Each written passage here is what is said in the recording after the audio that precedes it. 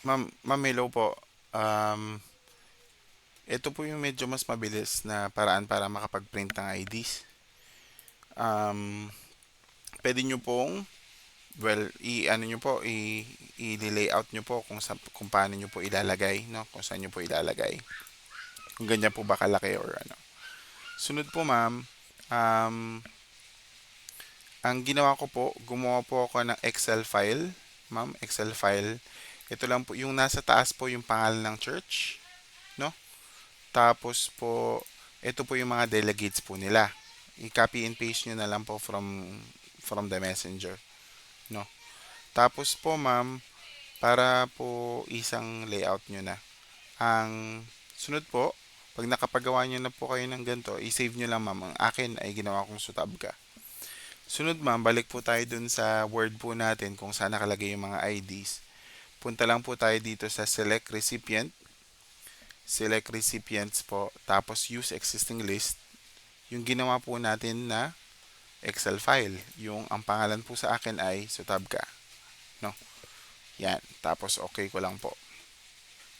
Tapos po ma'am, um, ang ginagawa ko po ay insert po ako ng word art.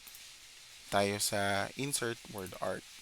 Tandaan nyo lang po na kung ano yung font, kung ano po yung laki nitong word art natin, yun yung magiging laki at itsura, style ng ating mga pangalan. Ginagawa ko po dyan ay pwede pong Times New Roman or yan. Depende na po sa inyo. Sunod po ma'am ay dito po tayo sa mailings. Tapos po insert merge field. So ito na po yung mga churches po natin. So LLC po unang ang ilalagay ko dyan. LLC. Yung unang character ma'am, dun unang lalabas yung letter. No? Dito naman pwede ko itong i-copy. Tapos dito ko naman ilagay sa kabila. Control A. And then, para naman po sa LBC naman. No?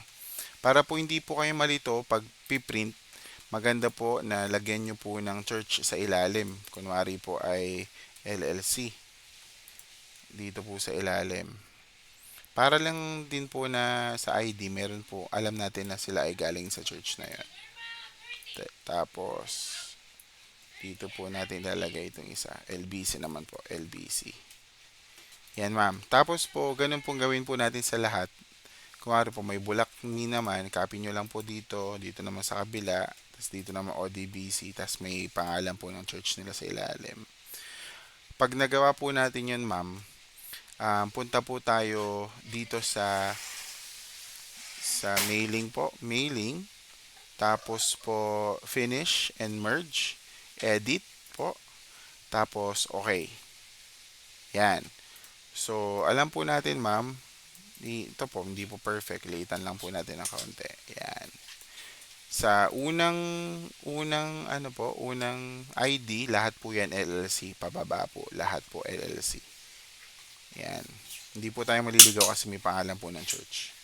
Tapos ganun din po sa LBC. Lahat po na may LBC ay galing po dun sa